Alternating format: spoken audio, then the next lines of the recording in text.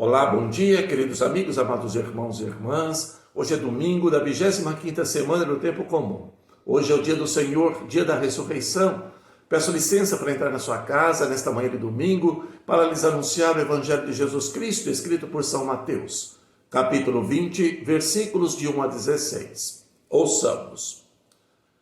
Naquele tempo, Jesus contou esta parábola aos seus discípulos.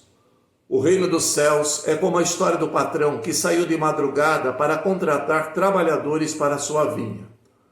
Combinou com os trabalhadores uma moeda de prata por dia e os mandou para a vinha. Às 9 horas da manhã, o patrão saiu de novo, viu outros que estavam na praça desocupados e lhes disse: Ide também vós para a minha vinha, e eu lhes pagarei o que for justo. E eles foram. O patrão saiu de novo ao meio-dia e às 3 horas da tarde e fez a mesma coisa. Saindo outra vez, pelas 5 horas da tarde, encontrou outros que estavam na praça e lhes disse: Por que estáis aí o dia inteiro desocupados? Eles responderam: Porque ninguém nos contratou. O patrão lhes disse: Ide vós também para a minha vinha. Quando chegou a tarde, o patrão disse ao administrador: Chama os trabalhadores e paga-lhes uma diária a todos, começando pelos últimos até os primeiros.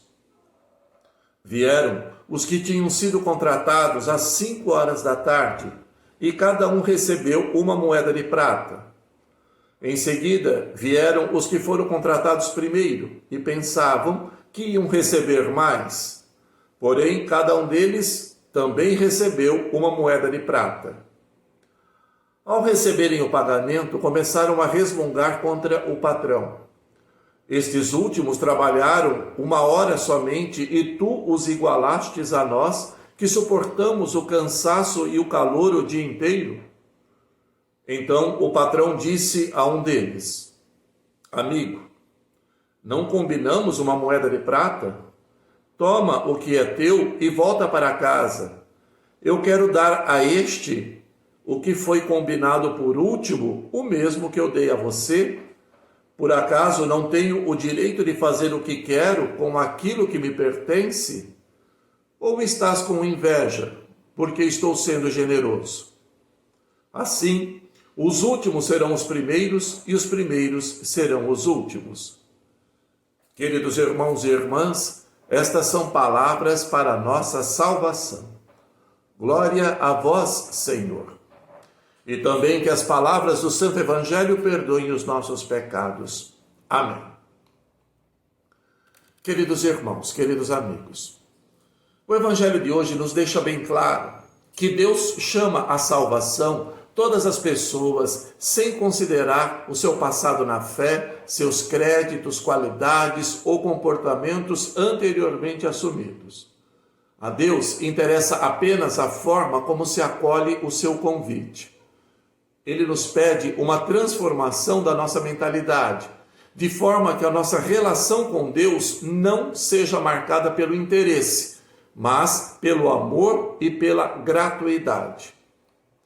Para nos falar do amor e da gratuidade como caminhos para o reino de Deus, Jesus nos apresenta a parábola que acabamos de ouvir. Então, vamos entender melhor agora esta parábola. A parábola de hoje nasce da realidade agrícola do povo da Galileia. Apresenta uma situação de trabalhadores braçais desempregados, não porque querem, mas, conforme nos diz a parábola, porque ninguém os contratou. Versículo 7.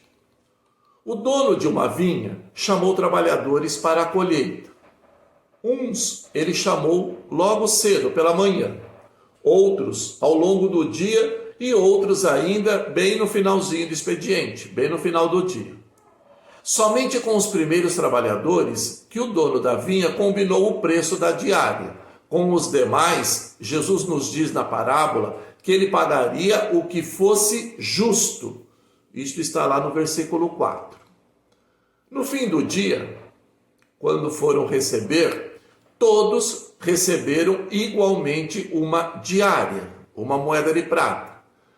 Naturalmente, aqueles que começaram a trabalhar logo no início do dia, ainda cedo, reclamaram ao patrão por ter recebido o mesmo montante dos outros que trabalharam apenas uma pequena parte do dia.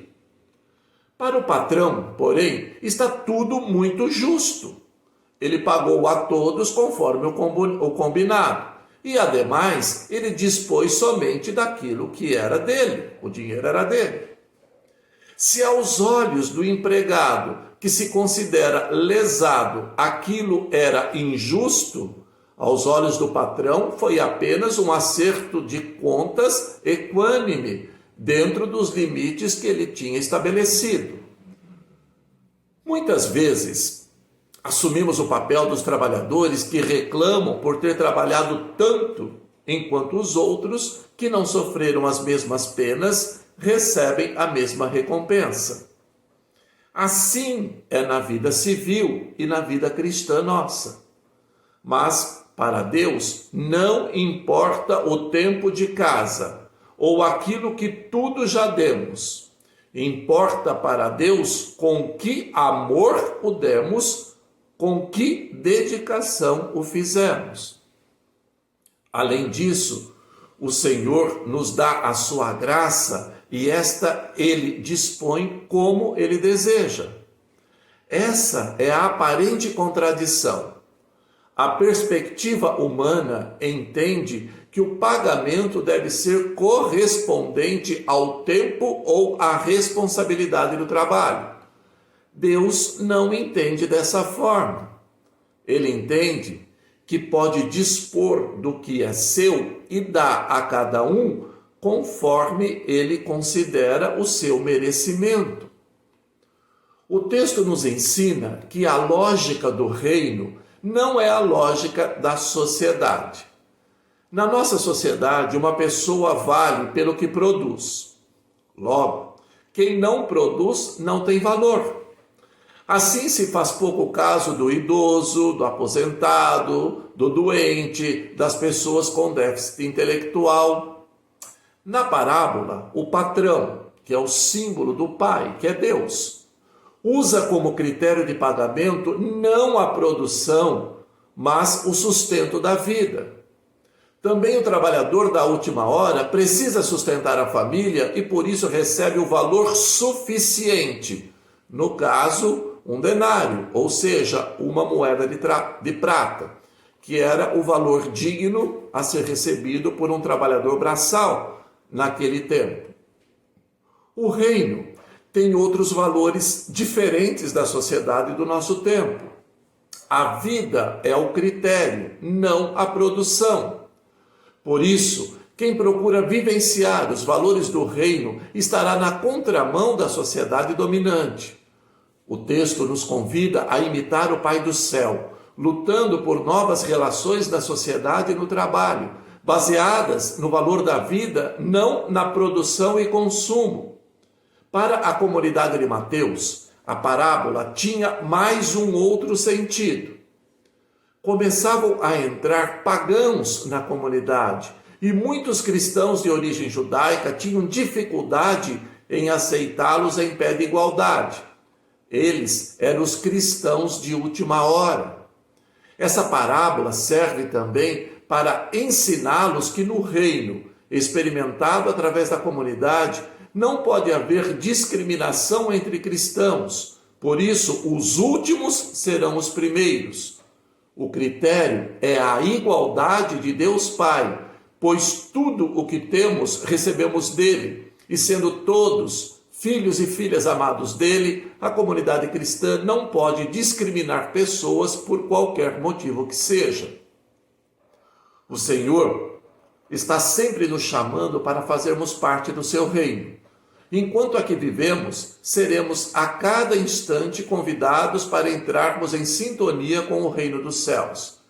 Feliz de quem entende e atende ao chamado do Senhor logo cedo na vida, pois usufruirá de tudo quanto ele providenciou para que tenhamos uma qualidade de vida melhor.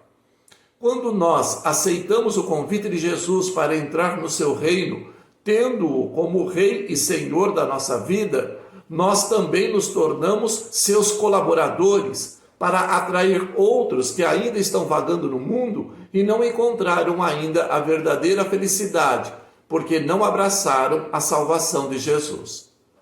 A recompensa é a salvação, e o Senhor a promete a todos aqueles que a acolherem, seja em qualquer hora da nossa vida. Até na hora da nossa morte, nós teremos a chance de ganhar o prêmio da vida eterna. É pela bondade e misericórdia do Pai que nos enviou Jesus Cristo que nós somos salvos. Portanto, não façamos questão de sermos os primeiros ou os últimos. No reino, somos todos iguais. Oremos. O Senhor esteja convosco, Ele está no meio de nós. Que o Deus rico em misericórdia possa abençoar você, sua família e todas as suas ações que serão realizadas neste domingo, dia do Senhor.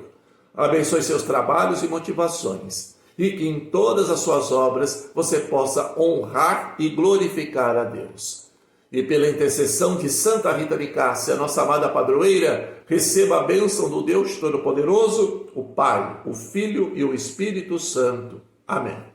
Um bom dia a todos, Deus abençoe a você e a sua família, saúde, paz e bem.